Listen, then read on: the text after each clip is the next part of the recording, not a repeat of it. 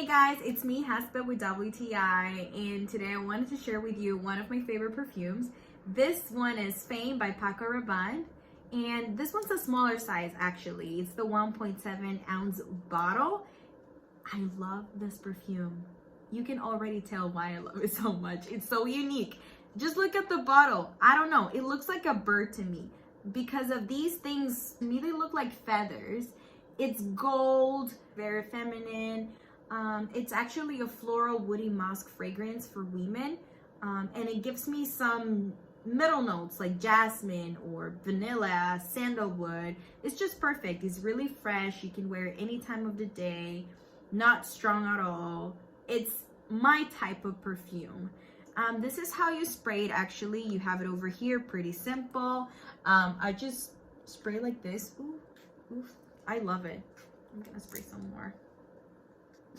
I love this perfume. So guys, if you're looking to find the perfect gift for your sister, mom, or daughter, get this one. They're gonna love the bottle. They're gonna love the fragrance. What else could you ask for? But that's just my point of view.